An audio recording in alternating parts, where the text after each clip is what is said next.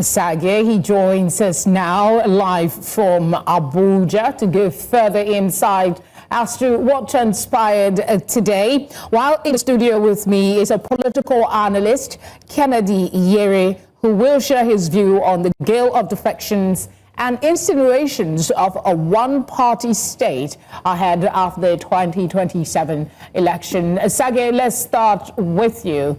You gave us a figure in your report, 73 out of 109. That leaves about 36. Paint us a broader picture of the implication of the APC having a two-thirds majority, especially in the light of accusations that they are sliding the country into a one-party state. Good evening, Kennedy. That's a pretty loaded question. I would start by saying this. As a National Assembly correspondent deployed to cover the Senate, the gallery where we sit to observe proceedings is above the chambers, overlooking the activities of the chambers. So it's very easy to see what the situation looks like from that vantage position. And I tell you, Felicity, the left houses, lawmakers on the opposition parties, from the opposition parties, it looks really, really scanty. And of course, for the right-hand side, of course,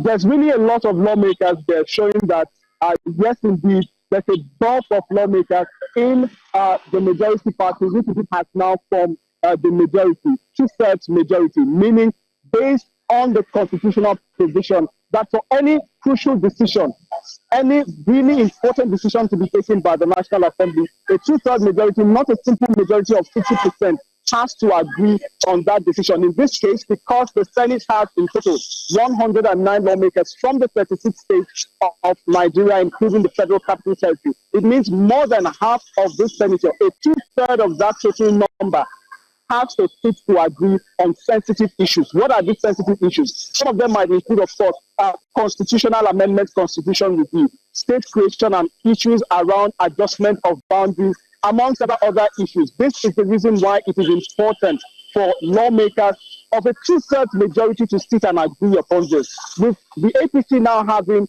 this as one house, a two-thirds majority of 73 lawmakers, it now means that it can on its own push this decision, push this agenda, and of course push its own agenda right to its passage point. I don't want to put you on the spot, otherwise I'll ask you from your thinking, is that a confirmation of the allegations? But I'll just go ahead and ask you more practical questions as to the reaction of the opposition in the House. What sense are you getting from them? Is there a possibility they will expect more defection, or they're standing firm and hoping to make have some sway still? Well, Felicity, at this point, I would say that the opposition for the minority, it has happened one too many times for them, not to expect that it's not going to happen again. So on that part, I would say nobody would be shocked if one or another lawmaker defects. But at this point, we see that the ruling party seems to be satisfied with achieving a two-thirds majority. So their reaction, talk about the minority, they've been distraught, I must say. You see the sense of, I don't want to call it frustration, but then it's not happiness on their faces. I also recall just last week when the senator from Enugu East had also decamped, the minority leader had mentioned something about those individuals who came into the National Assembly upon getting sympathy votes and now leaving those who are giving them the sympathy vote and joining another party because of the goodies that seem to come with doing that. So they claim and they feel that all of this is happening because the APC, the ruling party, seems to be the party to beat at the moment, and hence the reason why not just the lawmakers have been seen, even today, of course, we know that the Enugu State Governor has also formally announced his defection. So these are the nuances. They say, well, the ruling party may be gaining much ground, but they remain as an opposition, and no matter what happens, it will not stop or deter them from pushing in their views. And of course, the ruling party remains with the key statements that the majority will have its way while the minority has its say. All right, Sagir, thank you very much for the update and the insight in this case. Let's come to our studio guest now. Kennedy, thank you for being here tonight. So I was reading earlier, the Vanguard made a prediction that barring any last-minute delay, 3 opposition governors, including the one that has already defected today, that's this was on Saturday. Now they are predicting that Iyere of Bayelsa State and who else are they talking about now, will move to 3 governors, including Peter Mba, Iyere will defect to the APC. We've seen one happen today. What is your thoughts? Thank you very much. Yes, to correct an error you made on my introduction, okay. I am not a political analyst. Okay. I'm a humanitarian activist okay. and a philanthropist. Okay. That's it. Thank you for clarification. So you can ask your question again. Okay. Yes. So I'm asking, the Vanguard making a prediction as of Saturday. One of them has come true, that Mr. Mba will defect to the APC, and that there is a prediction Iyere will also defect to the APC. While we await that prediction, whether it will come through or not in the coming days, what are your thoughts about this gale that's been described now of defections to the APC? Thank you very much. Now, this is it. The defection of today, I wasn't surprised. Okay. Peter Mba, this is a national TV. I know how many calls I have received today. I personally contributed 80% effort towards his enthronement. Peter Mba, I'm going to move to the APC. No. To be being elected. Yeah, he was brought to me. Okay. He was brought to me by Daddy Jinwambudu, okay. Senator Otazi, Right Honorable Tobechukwu, and all the National Assembly caucus of the PDP. They brought Peter Mba to me 8 days to the election. And that is where I want the APC to listen. Mr. President should also give his ears to what I want to say. And all the elected members, those who are serving today as elected officials, should listen. You know, we started Obedient like a joke, the Obedient movement. I was the precursor of that movement. I proudly remember Comrade Kennedy Iyere. They thought it was a joke. They thought it was just going to be, we have our way around it. Okay, don't be distracted, yes. Because we have a I'm coming. Yes, I will deliver my point. I hope you bring me some other time and give me enough time to shake the tables. Not just one table, several tables. Finish your thoughts on the scenario. Yeah.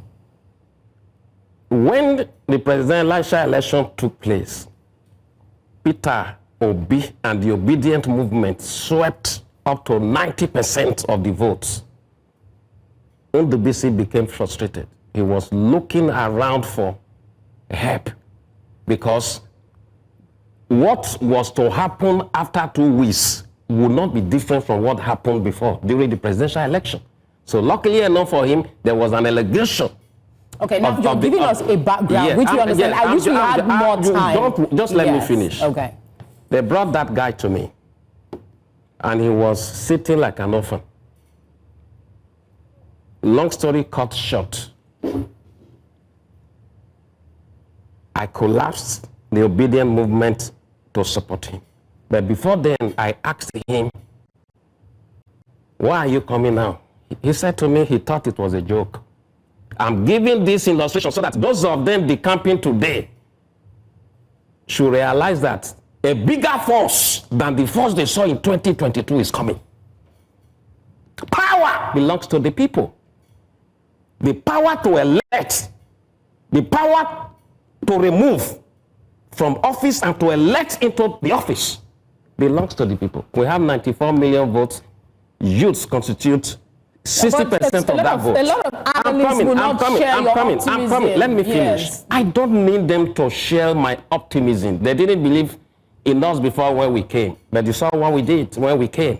Leave that now. Am I inferring that you're not countenancing this defection as a tangible thing to stop what is coming in 2027 in terms of who becomes governor or They cannot president? stop the storm. They cannot stop the wave. They cannot stop the sword. They cannot stop the tsunami.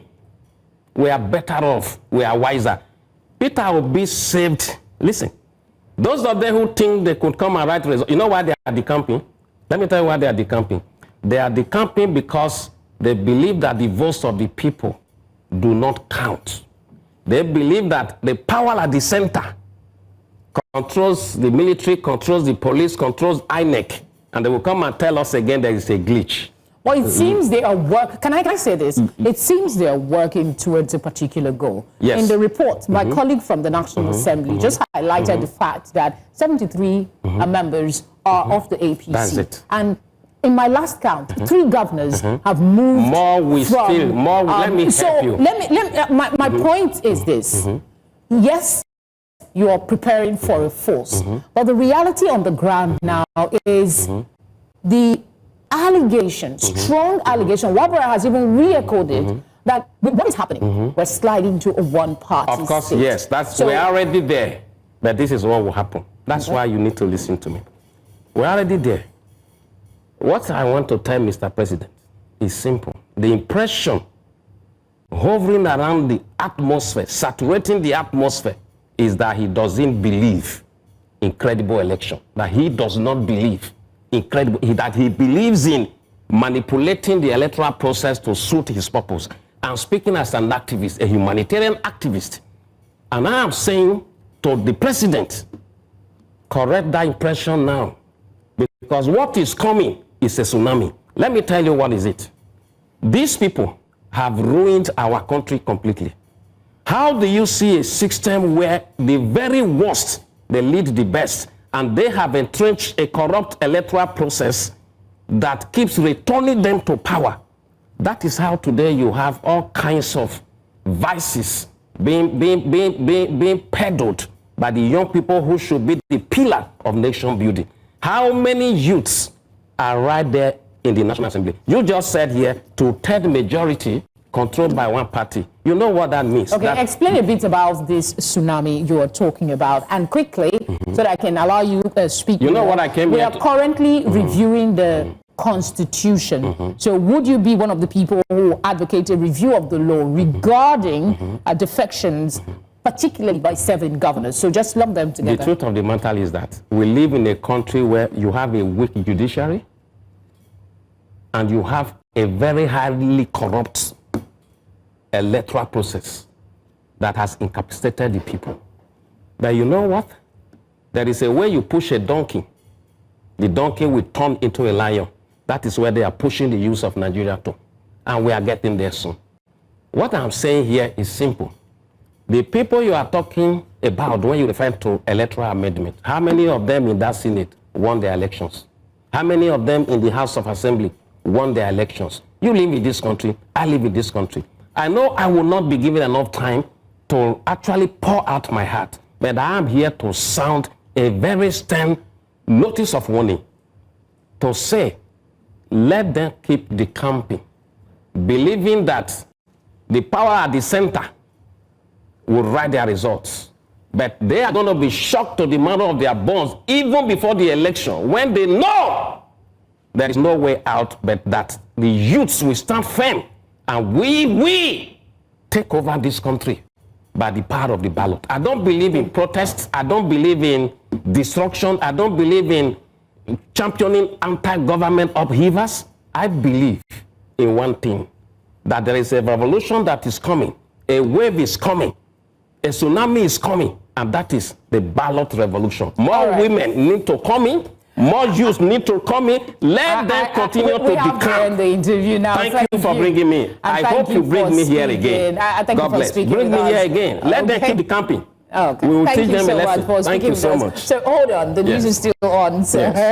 Yes. All right. No, I wanted to just go because I'm angry. I understand, but let's respect our viewers. Yes, I'm not giving enough time, but I hope to come here and be given 30 minutes. Let me speak truth to power. No problem. We'll walk around that. Thank you very much for coming. Just hold on a bit.